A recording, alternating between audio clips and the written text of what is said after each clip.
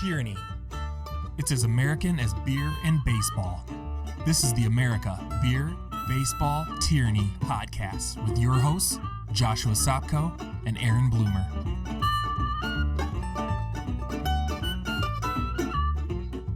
Hey, Josh. What's up, buddy?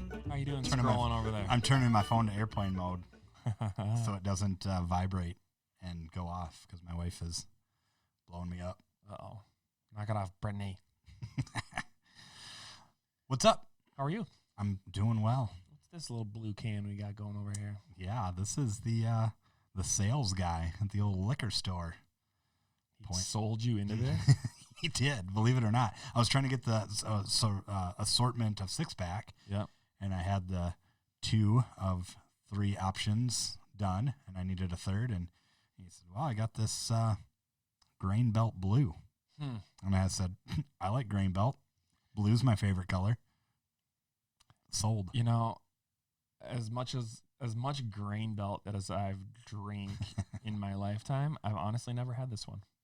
Well, it is a blueberry lager, which honestly makes me kind of cringe a little bit. Made with real blueberry juice.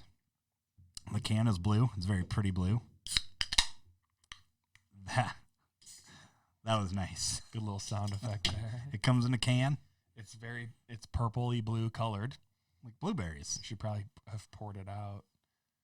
Yeah, in hindsight. So that's what we got today. Grain Belt Blue. Okay.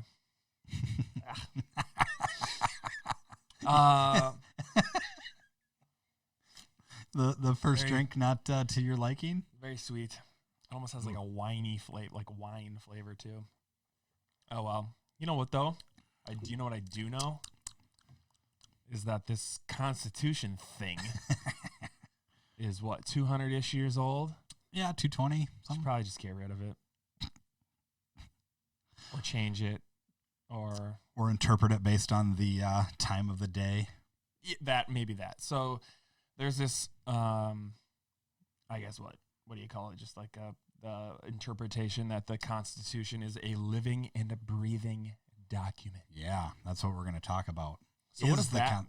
Is the Constitution a living and breathing document? Right. So what does that mean, living and breathing document? Meaning you can interpret it however? Interpret it by the modern definition of the language used in the document. That's the conversation. It's used mostly by leftists, by the liberal crowd. They like to interpret the Constitution based on the needs and the definitions of a modern, today society. And they say the Constitution is old. We can't use that as our guiding light for the laws and legislation and rulings that we need to use today. Yeah. I get that a little bit because 2020 is very different than 1770s, whatever. Do you know when the Constitution was? 1778. Wrong. 1776. Wrong. I gotta turn it up. Wrong. 1777. 89. Oh. 76, we went to war. I love that thing, man. That's so cool. 1789 is when we got a Constitution. Okay. I'm a dumbass. Sorry, everyone. We need to get the Constitution put up back here on our wall. We need I told you we should do that, and you're like, no. Yeah, I said the Bill of Rights would be better. Or the Declaration of Independence. That's what I wanted to have up on the wall. Right. And that was drafted in 1776. July 4th. This 8th button should be I'm a dumbass sound. Okay, so is the Constitution a living? So here's where I think people think, okay, well, yeah, like, why are we following this document that was created by a handful of dudes? Literally 55 of them. 220 years ago. The world is very different now than it was back then. So there should be differences. I don't know if interpreting it is what I believe, but I do think like, I don't know. It just brings up the question, and I'm glad we're kind of talking about it. So yeah, and I think the reason why we're talking about it is because that's the conversation that comes up is people refer to the Constitution as, this is why the government can't do this or shouldn't do this, and they'll say, well, the Constitution says this, and they say, wow, the Constitution, Second Amendment people use it all the time, or anti-2A people use it all the time. They say we shouldn't, the Constitution never intended to automatic have automatic rifles and guns and tanks and for the general public use. And it's like, well, it kind of was, because the original interpretation, or the original intent, I should say, of the Second Amendment was people, citizens, individuals should have guns to themselves specifically from the government. That's the point of that specific. And so as technology evolves, it's just so it doesn't mean you can only use the technology back in 1789, right, when the government has the government has automatic rifles. Citizens don't, and for the most part. And drones, and we should have drones and tanks. And yeah, my neighbor has a drone, and somebody called the police on him the other day. No. Yeah, he did. It was pretty funny. He was chasing geese with it, and somebody called the police. That's unconstitutional. The cops were like, just don't fly it over there. Fly it somewhere else. Because he didn't do anything wrong. There was nothing illegal what he was doing. Bunch of Karens. Yeah, it probably was.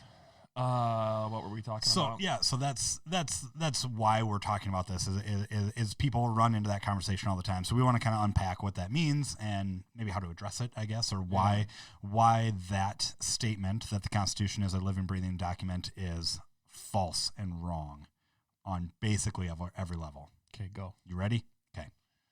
The Constitution will stop it. We'll start. I meant go. We'll start with the fact that the Constitution is a contract. It is a contract between the federal government and the states. So not between me and you. Well, I mean, that's a whole other conversation to get into some other day. Regardless, it is a contract. I mean, the Fourth Amendment kind of makes it about me and you and the federal government with the Privileges and Immunities Clause. Regardless, it is a contract set up between the people and the states and the federal government, right? Okay. Even then we have state constitutions. That contract, by definition, cannot be living and breathing, for the same reason that you wouldn't sign a mortgage contract with you and your bank knowing that it can change with the times. So you say, I'm going to pay X for the house. I expect the bank to do this. You come up with an agreement. You sign it on the dotted line. And then 6 months later, the bank comes in and says, well, we need you to do this. And you say, that's not what I agreed to. And they say, well, things are different now. Yeah, the times have changed. That mortgage document's for 30 years. The Constitution's for infinity. So in 28 years, can they just change the context of that document, and you have to be okay with it? No. Can I go to them and maybe say, after 2,200 years, it's like time to take another look at it? Yeah, we can take looks at it, but we can't just randomly interpret it and say, well, this is okay based on what's going on today in modern time. You can amend the contract. And both parties need to agree to that. Sure. But that's not a living and breathing contract. How do you amend the Constitution? It's a process. Mm-hmm. You have to get the House and the Senate to both approve the bill by a measure of 3/4, I believe. Each of them have to pass it. And then it goes to the states, and another 75% of them need to ratify that amendment. So they also need to agree that they want this to be part of it. Do you and me get to vote on it? Or is it the state legislature? It's the state legislature. There's Isn't things that weird? you can do. Don't you think it should be like a public vote? No, because that would ruin the representation piece of the entire document. But you can get into like Article 5. So technically we could do that. We could get a group of states together and we could elect a special representative body and do some kind of weird crafting there. And Article 5 is a whole other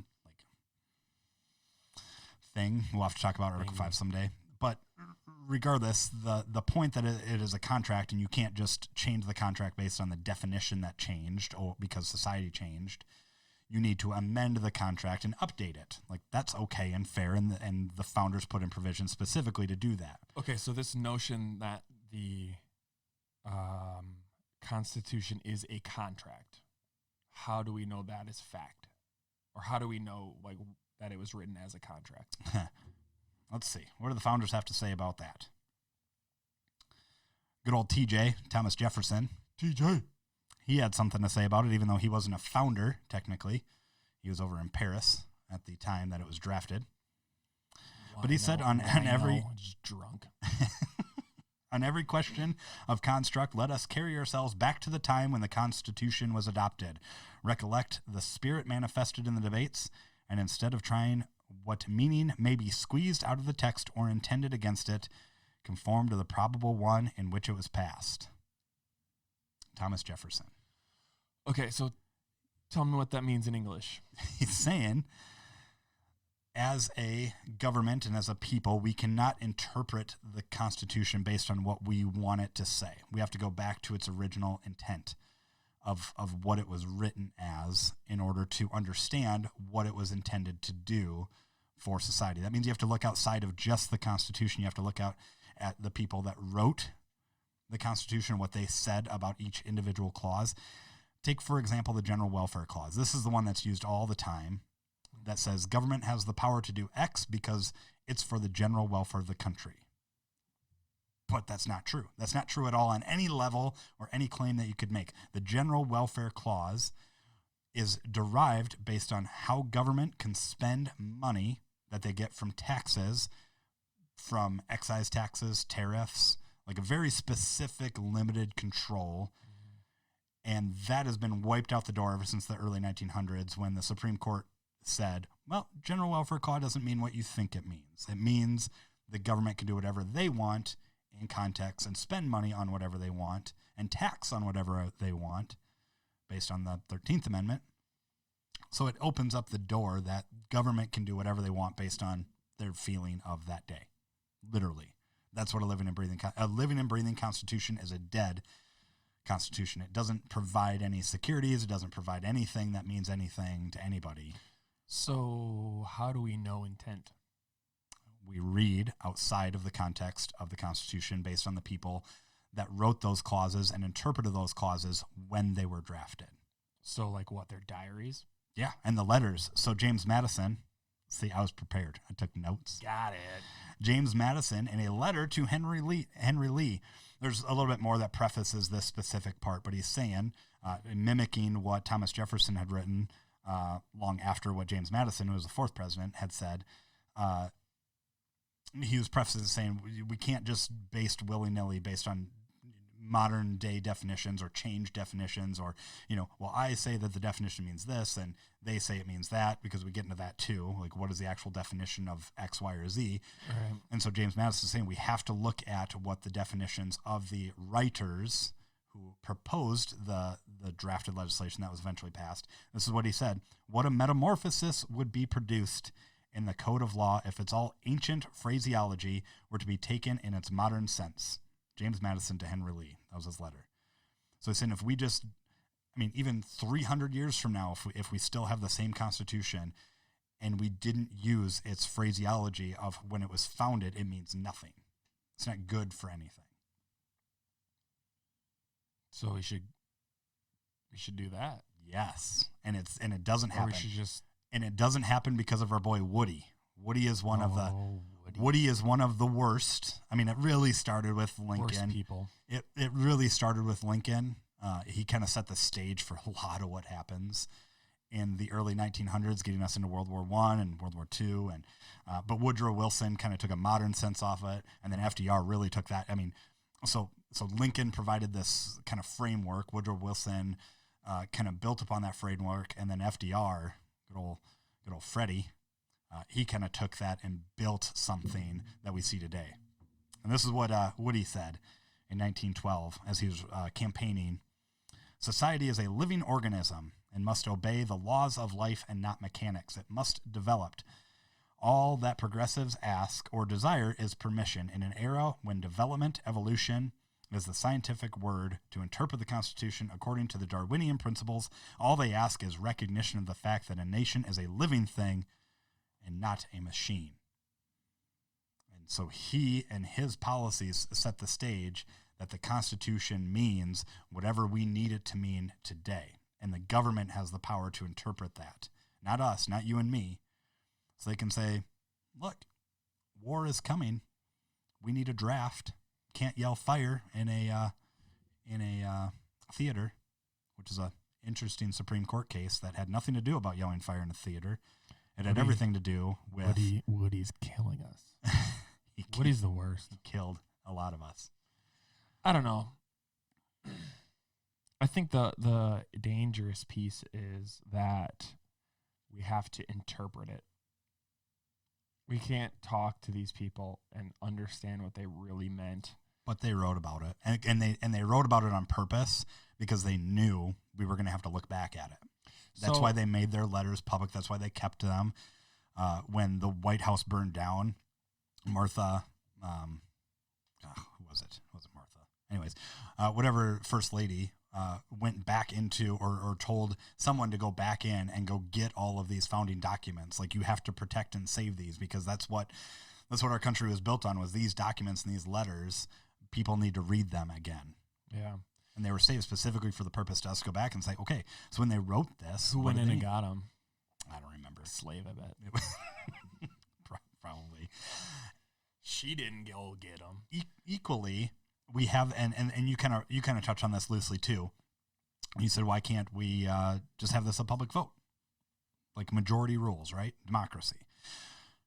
The Constitution was designed and developed to protect the political minority. Meaning you and me.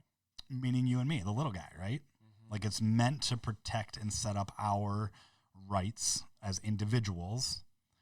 If we allowed this to be a living and breathing document open to influence based on someone else's perception, it kind of destroys that.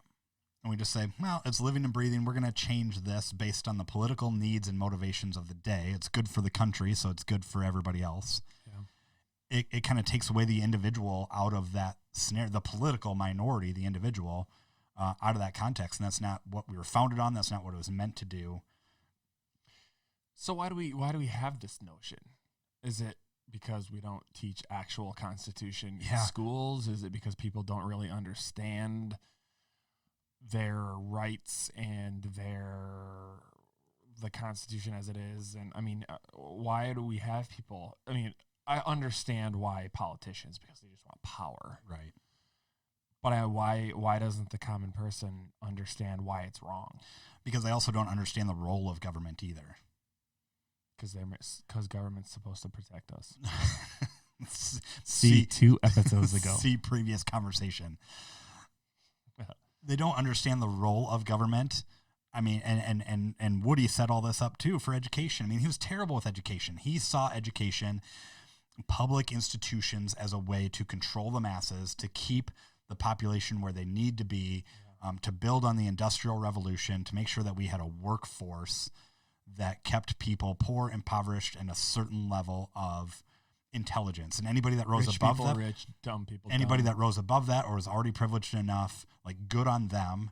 They're the ones that rise to the elite status, and they can be the politicians, the lawyers, the people that drive and control the country. And Woody Wilson set the stage for all of that based on this living, breathing constitutional notion. Mm-hmm. And we have, as you kind of touched on too, we have taken that education, that history lesson out of schools. We don't teach the Constitution. We don't teach original intent. We just, and then you got the media. Or maybe we do, but the people who are teaching it are teaching it's not a part of the curriculum. Okay. I don't remember. I don't, And then to kind of build on that, then you've got the media taking all this and saying, well, you've got Fox News, well, the Constitution says this, and CNN automatically hits back, oh, you're going to cite this 220-year-old document? I mean, really? Really? That's what we're going with? And then everybody else who is too blind to think for themselves just go, yeah, that's interesting. We don't live the way that they lived. We need to update this thing. Mm-hmm. And they don't consider what updating means. They don't consider like an amendment. They just want to, we interpret it differently. So now we can do this today, here and now, because the amendment process is hard, and it's hard for a reason. It's Yeah. the fact that it takes a long time to pass through legislation, that's a feature, not a bug. Yeah. And the founders talked about that too. Like, it should be hard. It should be hard to get this stuff passed through. Doesn't it seem like a lot of the people who say we can't use this document that was it's for like self-serving purposes, Well, yeah, in a way, or it's it like, fits their narrative here and now. well, it's not because it says we can't have healthcare back then, but well, they didn't have healthcare back then, so we gotta have healthcare now. You gotta pay for all my stuff, right? Like, in a way, or it's for sure, and that's another reason, as you asked, like, why do we have this conversation? Well, yeah, healthcare doesn't fit into the Constitution. But could it have? Maybe. I don't think the founders would have ever dreamed of such a thing. Exactly, right? That's why. So we could, at best, amend the Constitution to say that but healthcare I don't even think they could, though, because healthcare, one, can't be a right, which we're going to do an episode on that anyways. Healthcare, like, it physically, literally cannot be a right. It doesn't work in the context of what we know of as rights. We need to change the context then. That was a joke, guys. Come on. But I don't even think the government could come up with a national healthcare system that was constitutional, because it would subvert the states' rights, the 10th Amendment. You can't have amendments that contradict the other amendments. Right. I guess with some careful wording, I suppose you could, but it just doesn't make any sense. Like, at best, if you want to have a living and breathing Constitution, then throw this one away and create a new system. Yeah. Can you imagine, how hard it was to write the Constitution back then, but how impossible it would be to write one now? with the advent of just media and the thing is that they wrote this Constitution in one summer in a closed room. They boarded up the windows and they did it in secrecy. Which isn't good. It's crazy to me that this is what we have. And then in a good way or a bad way? In a bad way. In a real bad way. Okay, what do you mean? So you're saying, because only 55 dudes. And not all 55 of them. rich guys. And I think they started with more. Yeah, and then people just left. And people just left because they're like, I'm not partaking in this shit system that your guys are building. And I'm probably going to get arrested for treason for saying such blasphemous things about our Constitution. And so, just for clarification, I am not advocating that the Articles of Confederation was the system we should have stuck with. It's more conversation after that, but I just want to clarify that there needed to be something different, and they went there to go and edit the Articles of Confederation, and there was a handful that went in there and like, we're going to throw this out, and this is what we're going to build. And then you see after the next couple of years, so 1987, when it was drafted, 1989 is when it was officially ratified.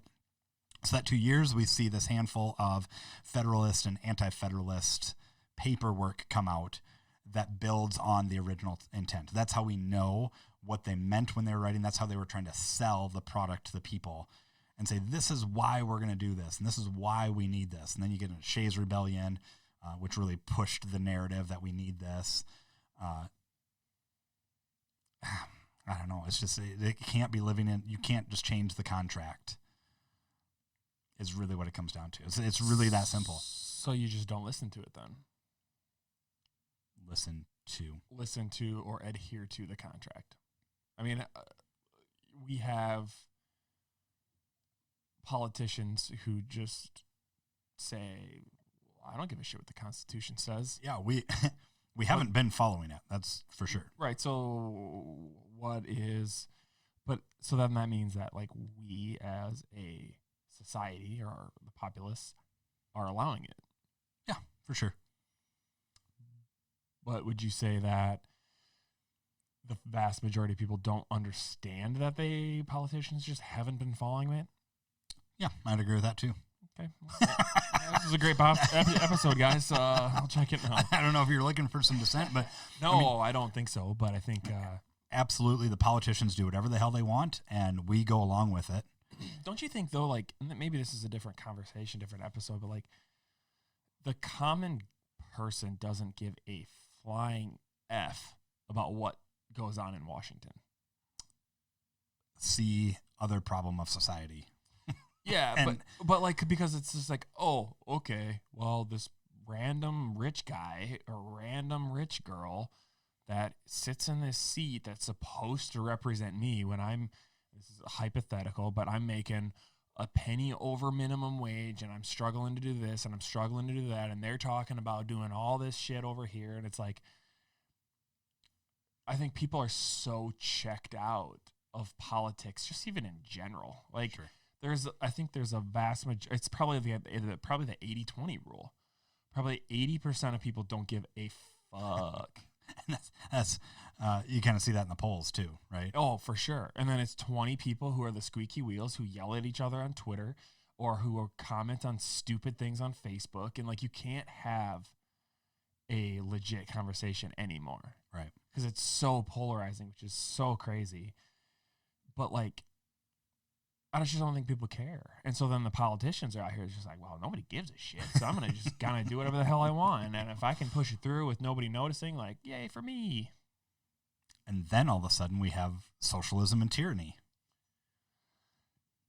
Yeah, maybe. And here we are today trying to educate people as to why this shouldn't happen and why it does happen. And yeah, I think with Trump being elected, whether you voted for him or not, whether you like him or not, with the COVID stuff, whether you thought everything worked out well, who knows how it worked out. We're in the kind of middle of it right now.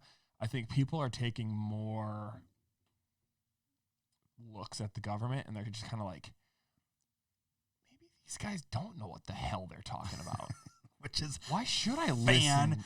Freaking-tastic. 100%. Like, yeah, maybe I shouldn't listen to Trump. You shouldn't. But you also shouldn't listen to Clinton. You shouldn't listen to Obama. You shouldn't listen to anyone anyway. Like, you shouldn't listen to your governor, and you shouldn't listen to your mayor, and you shouldn't listen to your city council members. Right. Like, at least, and I shouldn't say don't listen to them. Take what they say with a grain of salt and question everything, including their motives. Make up your own mind. Yeah, exactly. And listen to the other side of it. And don't just follow what they say. It's easy to do that. It is so easy. And I'm glad you touched on this point, that one positive from a political government standpoint of this whole pandemic crap is people are now looking to their local governments for solutions. Yeah, which I think they should be, right? Is fantastic. It's the think locally, act locally type of conversation, which is fantastic. And it's funny because people are clamoring Trump needs to shut things down. Trump needs to shut down the country. And their governors took action and shut their state down. Mm-hmm. And then they were like, oh, good, our governor shut things down. And then Trump says, we're going to start reopening some of these states up. And they say, you can't do that because it's our state. Our governor said. It's like, well, 10 minutes ago, you said that the president had control over your state. Now you're saying that they don't have control over your state. So now they're like, well, who does have control over our state? And then hopefully they'll do just a little bit of research to see the state has control over the federal government. Like they just do. It's the 10th freaking amendment. Right. Well, and that, you can make decisions for yourself. And you can make decisions for yourself. Like, you don't have to have people telling you what to do all the time. Like, it's okay to not have that. And I'm not saying that governors that did shut their states down were correct, but at least you can petition your governor a lot easier than you can petition Washington and get anything for sure heard. And likewise, in our state, we had a governor that chose specifically not to shut our state down. And in our city, people clamored at our mayor to do so. And he supposedly was going to do something, but then he kind of pushed out on it. People showed up and told him not to. And I don't know if he listened, but he didn't go through with it. Yeah, I was just wondering. Well, first of all, he can't go through with it. It still goes down to city council. Sure. Right? So, I mean, that's why it's like, hey, that was the first time maybe ever that I'm looking at our local government and I'm like looking at everything that's going on. I'm looking at Trump's just like, yeah, you guys figure it out. And the governor, our governor is just like, I'm not going to do all this stuff just because people feel things. I'm going to look at the numbers. I'm going to try to do this. So then people are like, well, we got to do this locally. Mayor, you got to shut us down. You got to shut us down. He's like, I can't shut us down. Like, it's not in my authority to shut us down. But he put together this stupid stay-at-home order that needed to be voted on by our city council members. And that was the first time I've watched an entire frickin' city council meeting. It was fantastic. I was there. I showed up. And the council members were like, this is stupid. This is terrible. Like, there's not, like, where I'm just like, holy cow. They're like doing what they're supposed to be doing. It was like the first time I was like, wow, this kind of was like government working.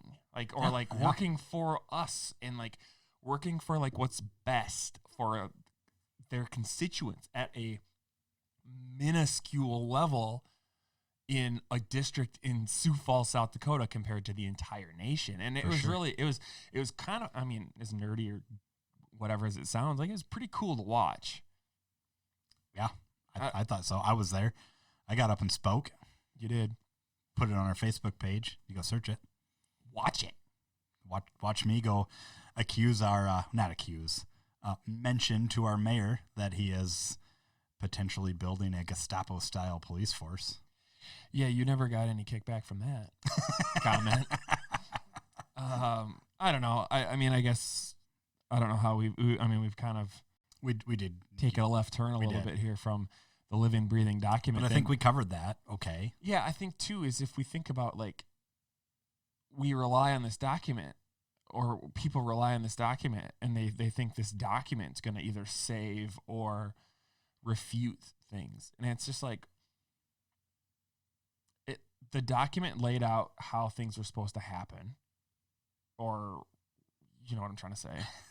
And like, so let's just do what's best for us at our local level, at our area. Like, we don't need this conglomerate government at a federal level to make sweeping legislation and things for people that affect us in wherever we're at. And making those sweeping decisions based on when somebody says, well, do you have the authority? And they look at the text and they say, well, based on what I read and based on the modern definitions of what needs to happen now, yeah, I do. I do have that authority. Yeah. And that just sets the stage for a lot of bad things to happen. And it's a lot of bad things that have happened.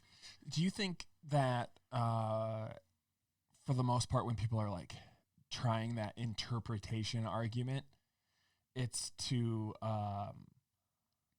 like, what was I kind of lost my train of thought. I forget what I was going to say. I can bring up the war powers. Yeah, you talk, maybe I'll remember. So, I mean, just for reference of something that has happened, because we utilize a living and breathing document type of mentality in D.C., the war powers in 1972. Like, we gave our president sweeping power to do whatever the hell he wants based on the escalation of foreign nations. And then that was updated in the 90s and again in 2001, when we all know what happened then. And now our president can nuke someone without ever even addressing Congress. And that's not okay. And the Constitution is very clear on what the president can and cannot do via wartime powers. He needs to address Congress in order to do things like but it's got to be secret. It's got to be secret, or else the enemy will know. The enemy will know. Maybe they should know. That we're going to nuke them. I mean, we did it in World War II, but the point of the Constitution is they were very clear about what the executive cannot do. The executive cannot enact a wartime effort without getting congressional approval first. And then we were in a wartime situation. I mean, we were in the middle of the Cold War, and things were hot. And they said the executive needs to act faster than what our Constitution allows, what our Congress can provide for us to protect our country. And so we're going to do that. Because 220 years ago, they didn't have the power to launch a missile and go blow up hundreds of thousands of people. Like, that didn't exist. So therefore, we need to interpret this to the best of our ability for today's modern times. And they just went ahead and did it. Yeah. Because it's a living and breathing document. I remember what I was going to say. And? Do you agree or believe that the Constitution puts... I don't know, this camera hates me. You said you think you know what you're going to say. Yeah, so that's a great stopping point, I guess. But do you think the Constitution emphasizes personal responsibility? And then when people go and try to throw their own interpretations, it's to take away personal responsibility and just leave decisions up to the government? That was kind of my thing. It's like, it seems like anytime somebody's like, well, this is how I interpret the Constitution, it's so that person gains more power, right? And then other people don't have to make decisions and take away their personal responsibility. And so it's just easier. Yes. But it may not be better. Yes. You know what's definitely not better? This beer. Oh, my gosh. Oh, gosh. It tastes like a juice box with about 6.5 cups of sugar in it. It is 4.7 alcohol by volume in a 12 fluid ounce can. For a company that I revere, I love Grain Belt. This beer sucks so hard. The can says be the blue sheep of the family. Oh, go ahead. Be the blue sheep of the family. I'm giving this beer a 1.5. 1.5. I can't. It doesn't taste like a beer. It tastes like a super sweet, terrible wine. Oh gosh. And this is hilarious. Just my kids would drink this. Like, they would drink it because it's just like, it tastes like juice. It's so bad. Hilarious to watch you review this beer so poorly. Oh, I hate it. I'm gonna give it a 3. I thought. Get out. I like juicy beer, I guess, from time to time. My wife would drink this. She's not a beer drinker. She likes Mike's hard lemonade type of thing. And this is fruity and drinky enough that she'd be okay with it. And while it is pretty sweet, for sure. Like, usually I have the how much sugar is in this, like the nutrition. It probably doesn't because it's beer. It's real blueberry juice, so it's natural sugar from the blueberries. Take legit blueberry juice. Like, I'm sure you can buy blueberry juice probably. Yeah, for sure. Add 7 cups of sugar to a glass, and that's what this tastes like. It's so sweet because blueberries are sour, right? Like, if this was actually like a blueberry flavor taste without so sweet, it may be good. It may be it would be better, but I just I didn't hate it. It makes me want to be angry. I don't know, man. I will not buy a juicy beer again.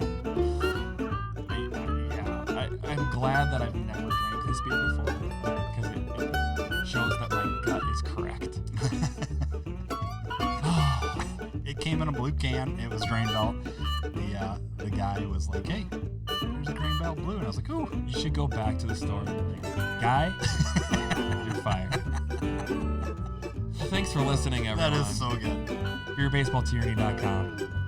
Check us out on wherever you listen to podcasts. Check us out on YouTube. Check us out on Facebook. And go subscribe to the YouTubes. Yeah. And there's bell things and notification things. Do the things that you get notified. Tell us if you like us too.